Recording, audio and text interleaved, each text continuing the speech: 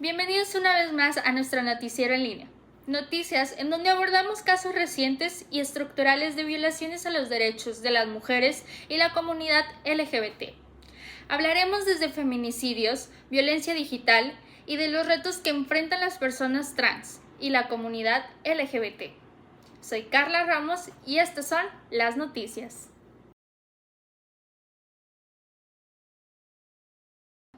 El día de hoy cuento con nuestros invitados especiales, en donde hablaremos cada uno de un caso más relevante aquí en México, para dar a conocer su historia y para concientizar lo que está pasando hoy en día en nuestro país.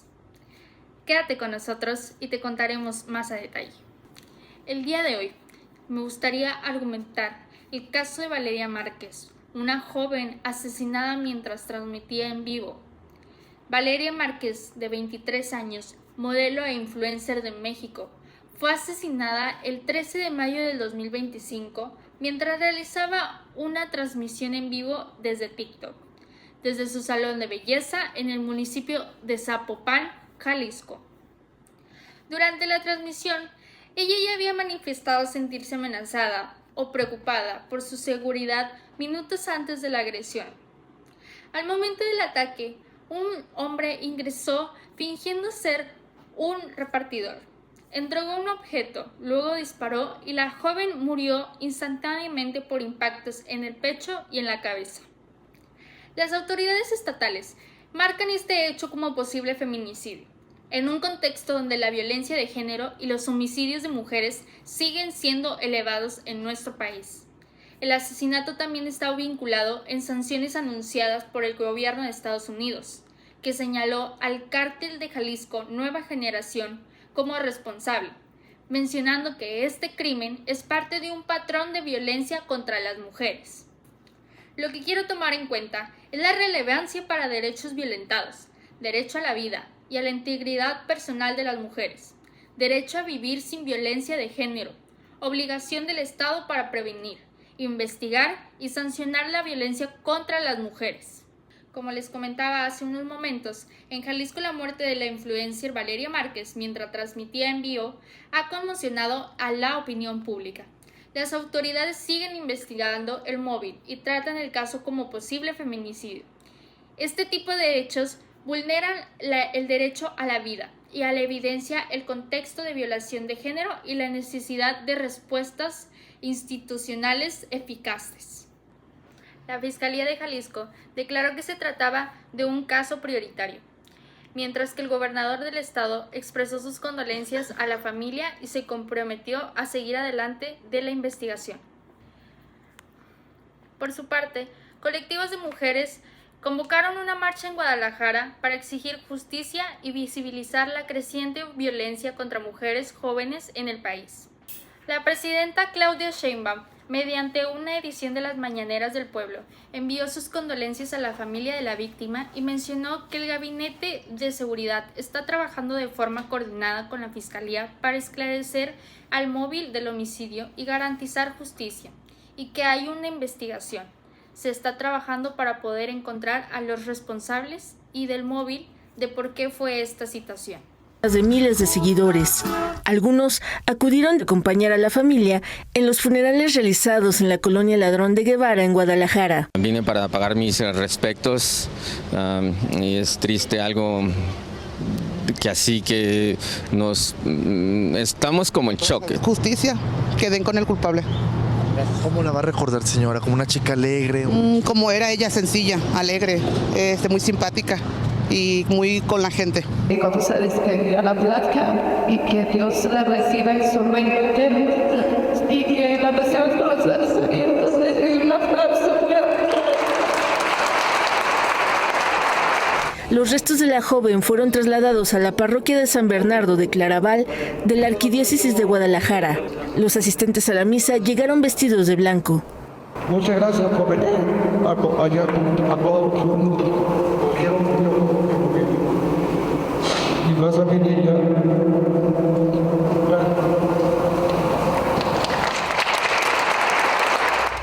Después el cortejo, escoltado por elementos motorizados de la policía de Guadalajara, llegó a un cementerio exclusivo de Zapopan, donde Valeria fue sepultada. Publicaciones y videos forman parte de la investigación. Hasta el momento no hay detenidos por este crimen.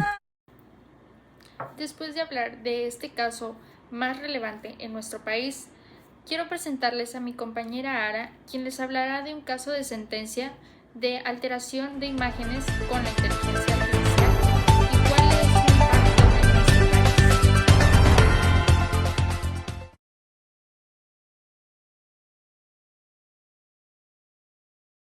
Ahora vamos a hablar de un caso que sucedió aquí en México en este año, que es el caso de Diego N., un exalumno del Instituto Politécnico Nacional que fue sentenciado por el caso de pornografía infantil y alteración de imágenes con inteligencia artificial.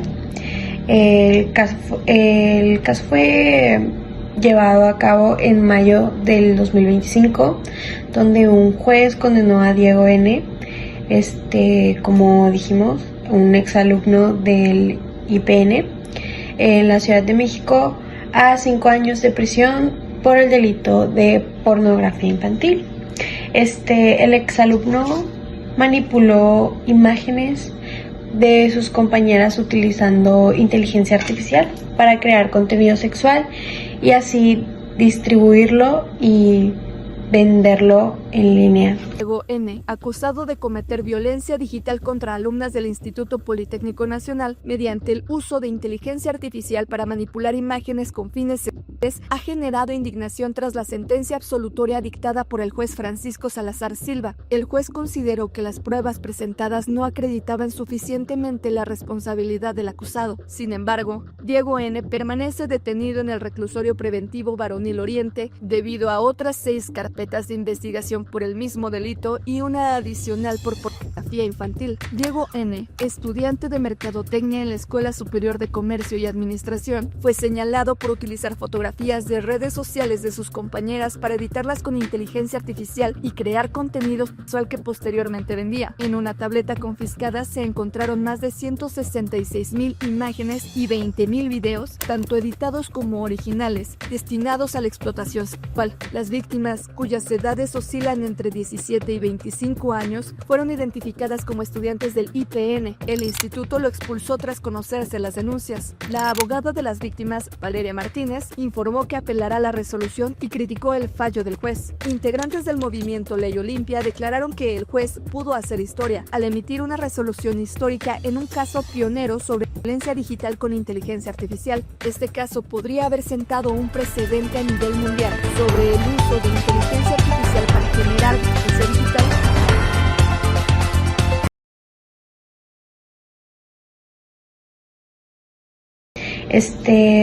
En su dispositivo se encontraron más de 166,000 imágenes y más de 20,000 videos con contenido sexual.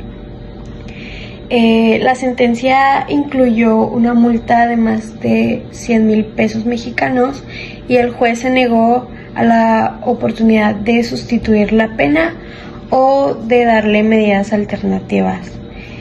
Identifica que se cometió el delito y que las víctimas tienen afectaciones en su vida emocional, escolar, en todos los ámbitos en los que se desarrollen, pues consideró que no había elementos para tener la certeza de que el iPad donde se encontraron estas 166,000 imágenes y 20,000 videos pues fuera de Diego. Esta apelación, cuando se apela y va a tener que resolver alguien más, pero ¿se pueden agregar más elementos a las acusaciones o no, para fortalecer, digamos, el caso? No puede ser esto. Sin embargo, pues lo que nosotras estamos argumentando es que pues no se está juzgando con perspectiva de género, que es obligación del Poder Judicial. Uh-huh. Entonces, pues eso es lo que queremos avanzar. ¿Puede salir libre? ¿No puede salir libre? No puede salir de reclusorio por estas otras carpetas. Okay. Entonces, si bien esta sentencia absolutoria pues declara esta libertad para este caso de estas dos chicas, pues no puede hacer.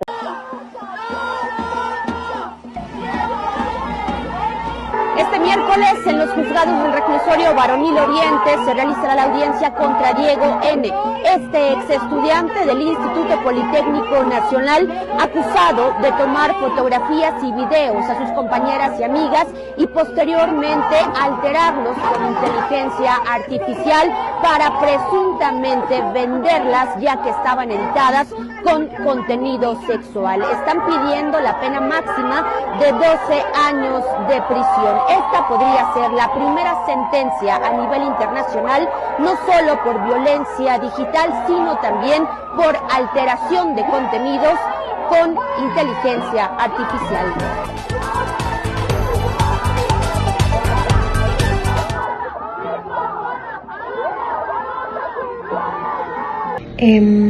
Un colectivo de víctimas de violencia sexual informó que este tipo de delitos de imágenes íntimas no consensuadas en una forma de violencia de género digital da pie a la relevancia de derechos violentados, de derecho a la dignidad, de violencia digital como forma de vulneración de derechos, ya sea de mujeres o también cuando aplique de los derechos de la comunidad LGBTIQ+.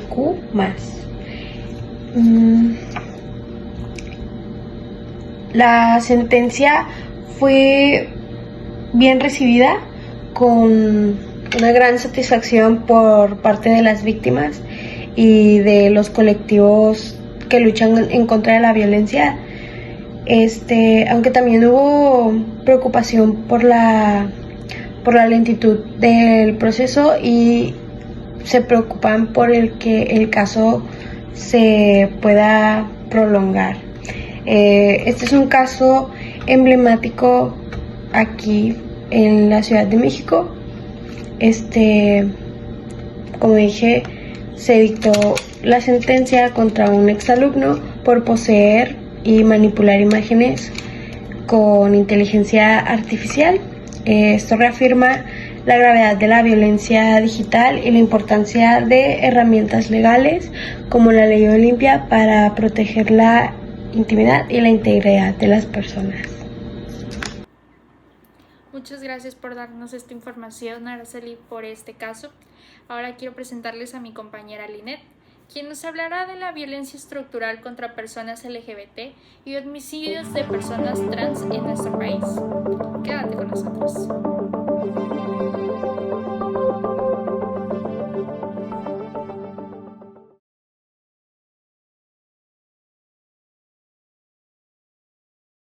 Hola, mucho gusto, mi nombre es Melanie Hernández Solís y voy a hablar sobre la violencia estructural contra las personas LGBTIQ+, y homicidios de personas trans en México. En México, la violencia estructural contra las personas LGBTIQ+, continúa siendo una grave problemática de derechos humanos, especialmente en el caso de las mujeres trans. Diversas organizaciones y observatorios de derecho han documentado que este país registra uno de los mayores números de homicidios de personas LGBTIQ+ en América Latina. Tan solo en 2023, más de 148 personas fueron asesinadas y estas personas fueron de este grupo, de los cuales más de la mitad correspondieron a mujeres trans. Esta cifra resulta sumamente grande y alarmante, ya que evidencia que la violencia no es solo física, sino también es una exclusión social y la falta de protección del Estado hacia estos grupos que han sido históricamente marginados, señalados, rezagados, etc. Analistas y periodistas han descrito que este fenómeno es como una epidemia silenciosa de transfeminicidios, ya que se estima que entre 50 y 70 mujeres trans son asesinadas cada año en México. Aunque las cifras reales pueden ser muchos mayores, debido a los subregistros y a la falta de reconocimiento oficial de estos crímenes como transfeminicidios. Este subregistro se explica porque en muchos casos las autoridades no respetan la identidad de género de las personas en las investigaciones y los medios de comunicación las revictimizan y no existen protocolos especiales para este tipo de atención y registros. Muchas veces, aunque no lo hemos experimentado cara a cara, se podría decir, pero ha habido casos donde ha pasado un asesinato, por así decirlo, un homicidio, y la persona que fallecida es una persona trans, se podría decir mujer. Y muchas veces los policías, las personas que investigan este tipo de casos, no lo ven como una persona trans, o sea, no lo ven como una mujer trans, sino lo ven como un hombre. Entonces, ese tipo de casos no se registran como si fuera una mujer trans, sino como un hombre, y esto no ayuda a que este tipo de cifras puedan ser exactas, porque muchas veces por el juzgar o por el no querer hacer tal, no se puede hacer algo real. O sea, se tiene muy poco conocimiento sobre este tipo de casos, pero sí ha pasado y se ha documentado oficiales que son homofóbicos, que no les gustan este tipo de personas, que las repudian, que les insultan. Ha habido policías hasta que han arrestado a este tipo de personas simplemente por estar paradas.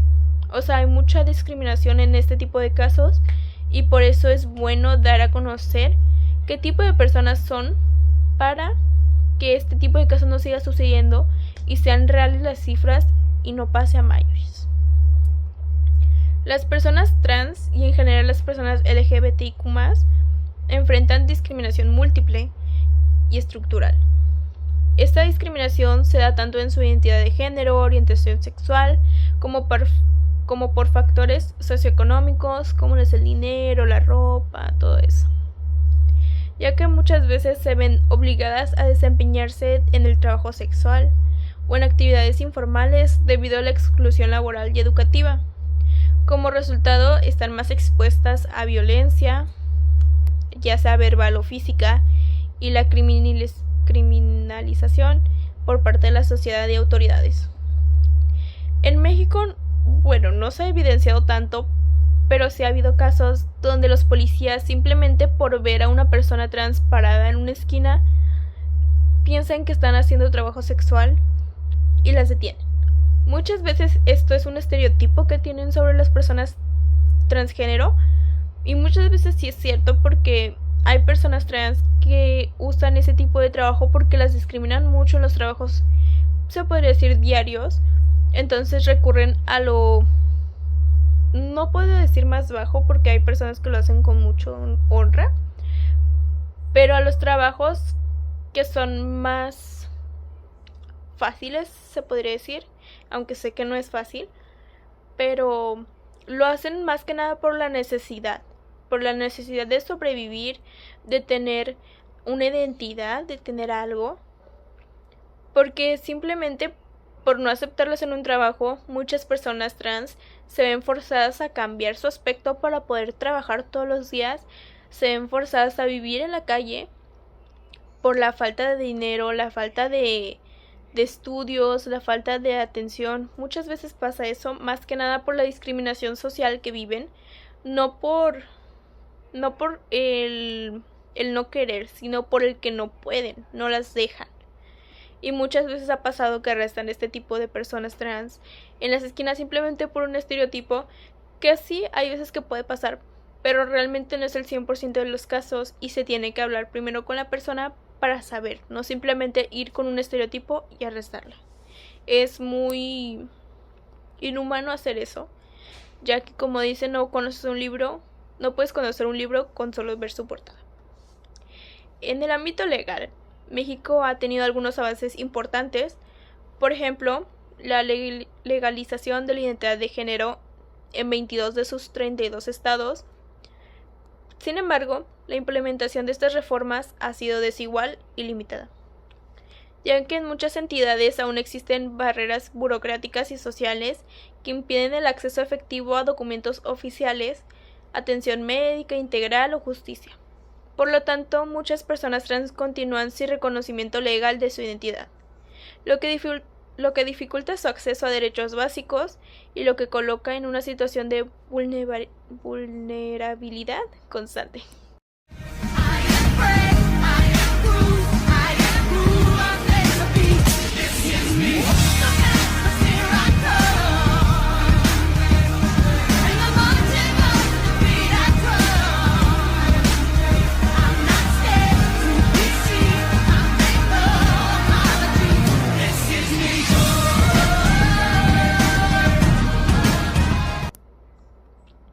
Esta situación refleja la falla estructural del Estado mexicano, ya que no ha garantizado mecanismos eficaces de prevención, protección ni reparación para las víctimas. Organizaciones de derechos humanos documentan decenas de asesinatos y desapariciones y agresiones cada año contra las personas LGBTIQ+, con un impacto desproporcionado sobre mujeres trans. Estos hechos muestran la ausencia de una respuesta estatal consistente y coordinada, ya que las políticas públicas existen, son insuficientes o no se aplican de manera efectiva en todos los niveles del gobierno. En consecuencia, los derechos se ven más gravemente vulnerados son el derecho a la vida y la seguridad personal, así como el derecho a la igualdad, la identidad y la no discriminación. Además, vulnera el acceso a la justicia, ya que la impunidad en los casos de violencia contra personas de esta comunidad supera el 90%. Por lo tanto, es súper urgente fortalecer las políticas de inclusión, capacitación y que las autoridades tengan esa capacitación y crean en los registros confiables, no simplemente se dejen llevar por el que dice la persona. Como comentaba, muchas veces las autoridades se podría decir en un homicidio, se podría decir en un homicidio o en una pelea contra una mujer trans, y yo que sé, un hombre, o si una mujer o tal persona y una mujer trans o una persona trans, hay una pelea, una riña, se podría decir, o ha pasado algo. Muchas veces hay personas que juzgan, hay policías que juzgan, y en estos enfrentamientos donde la persona trans es la víctima, hay muchas veces que los policías no lo toman en serio, simplemente le dicen: a ti no te van a tomar en serio por ser una persona trans, no le des más vueltas al asunto y váyanse los dos por su lado. O hay veces hasta que les va peor a las personas trans por hacer esa acusación y las meten presas. Hay veces hasta que salen de la comisaría y les golpean. Es mucho la discriminación que ha llegado tanto a que los policías tengan ese mismo tipo de pensamiento y sientan, y las personas que es trans que están en ese tipo de víctima se sientan discriminadas hasta por la propia persona que las tendría que defender.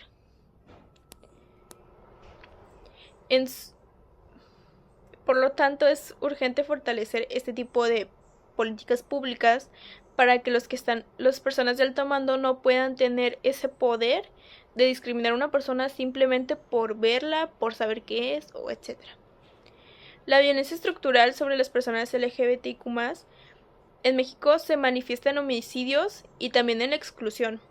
Muchas veces por exclusión pasan todo este tipo de casos, y por eso es importante saber investigar y ver que realmente no es fácil. Muchas gracias, compañera Araceli, muchas gracias. Gracias por darnos a conocer este tema tan relevante que hoy en día más que nada deberíamos estar todos informados de los derechos que cada uno tiene para evitar y erradicar la discriminación, tener más acceso a la justicia. Y en otro caso, quiero mencionarles a mi último compañero que nos acompaña el día de hoy, Axel Ricardí, quien nos hablará de avances y pendientes en el reconocimiento legal de la identidad de género en México. Adelante, compañero.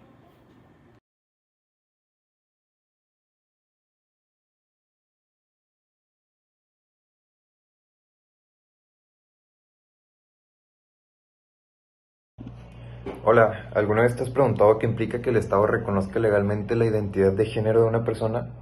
Hoy hablaremos sobre una realidad que sigue marcando la vida y los derechos de miles de personas en México: el reconocimiento legal de la identidad de género para personas trans y no binarias. Hay avances importantes, pero también desafíos que aún no podemos lograr ignorar. Por ejemplo, ¿qué es el reconocimiento legal de la identidad de género? Implica que una persona puede modificar sus documentos oficiales, como el acta de nacimiento, CURP o identificación, para que coincidan con su identidad de género y su nombre elegido. Esto no es algo trivial.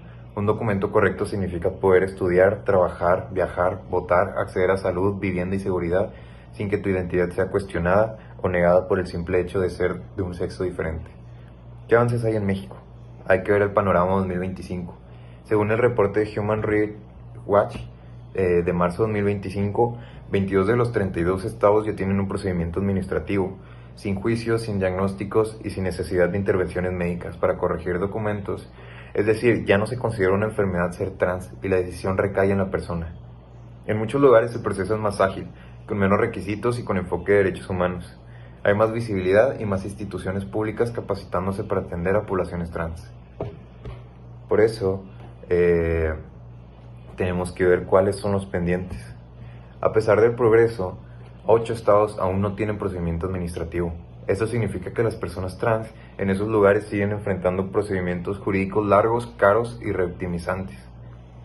Por eso, y en ese caso, solo 7 estados permiten que niñas, niños y adolescentes accedan a este derecho. Si eres menor de edad, te toca esperar aunque ya tengan clara tu identidad. Únicamente 3 estados reconocen identidades no binarias en sus documentos. Muchas personas siguen sin poder nombrarse legalmente como son. Hay que hablar también sobre los avances en protección contra la violencia de estas personas. Un punto importante, la Ciudad de México aprobó una ley para tipificar el transfeminicidio con penas de hasta 70 años. Esto significa que reconocer que la violencia contra mujeres trans tiene una raíz específica. El odio hacia su identidad y ese reconocimiento legal visibiliza la violencia y busca combatirla desde la justicia. Y esto hace que otros estados estén empezando a trabajar en reformas similares. Destacar los avances en México a favor de los derechos de las mujeres, la secretaria de Gobernación, Rosa Isela Rodríguez, destacó la paridad de género que ahora hay en los 3 poderes de la Unión. Mientras, la secretaria de las Mujeres, Citlali Hernández Mora, resaltó la necesidad de saber cuáles son los retos que enfrentan. Hoy, en el Senado de la República lo conforman 65 parlamentarias y 63 parlamentarios. La Cámara de Diputados, 251 legisladoras y 249 legisladores. Hoy, 13 de las 32 entidades federativas mexicanas son gobernadas por mujeres y vamos por más. Aprovechemos el espacio de encuentro para discutir dónde estamos, hacia dónde vamos, qué retos existen, qué pendientes y cómo construimos una sociedad de cuidados en el entendido de que históricamente el rol asignado a las mujeres ha sido, entre otras, el de cuidar. Entonces, ¿todo va bien? Pues no exactamente. Aunque haya leyes, en la vida real todavía se presentan trámites costosos o inaccesibles, funcionarios que se niegan a aplicar las reformas, burla y discriminación en oficinas públicas, falta de capacitación institucional, obstáculos en hospitales, escuelas y empleos, y riesgos sociales como violencia o exclusión familiar. Muchas personas terminan abandonando el proceso porque no tienen apoyo ni recursos, y eso realmente se me hace algo muy pesado y muy difícil de superar. ¿Y por qué es importante este reconocimiento? Porque sin documentos que reflejen tu identidad te pueden negar un trabajo, no puedes inscribirte en una escuela sin sufrir exposición y maltrato, no recibes atención médica sin humillación, estás en constante riesgo de violencia y discriminación, tu vida se llena de trámites repetidos para demostrar quién eres, y esto afecta directamente a la salud mental, oportunidades de vida y seguridad personal, cuando nada de esto debe ser así. En lo que resalta la perspectiva internacional, México está entre los países con mayores avances legislativos en América Latina, pero también entre los que presentan más violencia contra personas trans. En países como Argentina, Uruguay o España existe acceso en todo el territorio. Se reconoce explícitamente lo no binario. Hay protocolos nacionales para garantizar que las instituciones cumplan, y México todavía no unifica su normativa a nivel federal, lo que genera desigualdad según el estado donde naciste, y esto obviamente es una injusticia. Y por eso tenemos que hablar sobre los derechos humanos involucrados. Este tema no es una opinión o una ideología. Son derechos establecidos en la Constitución y en tratados internacionales.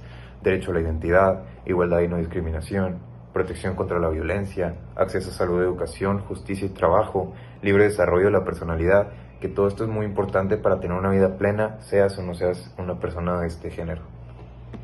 Y conclusiones. México ha avanzado. 22 estados con leyes es un logro que se construyó con años de lucha de actividades y comunidades trans que luchan todavía día a día para poder lograr sus objetivos, que es ser reconocidos como personas normales. Pero Mientras haya niñas, niños, adolescentes o personas adultas que no puedan vivir su identidad en libertad, la duda sigue pendiente. No basta con cambiar la ley. Hace falta cambiar la cultura, el sistema y la forma en que tratamos a quienes viven una realidad distinta a la nuestra, tratando de ponernos en sus zapatos y pensando en cómo podríamos mejorar como sociedad. Y pues sí, la identidad no debería ser una batalla diaria. El reconocimiento legal es solo el primer paso. El objetivo final siempre será la dignidad humana. Gracias por ver el video, infórmate y comparte si defiende los derechos de todas las personas. Que nadie tenga que pelear para ser quien es. Gracias. Muchas gracias por acompañarnos el día de hoy. Este noticiero fue realizado por su servidora Carla, Linet, Araceli y Axel. Los esperamos en el siguiente noticiero en línea.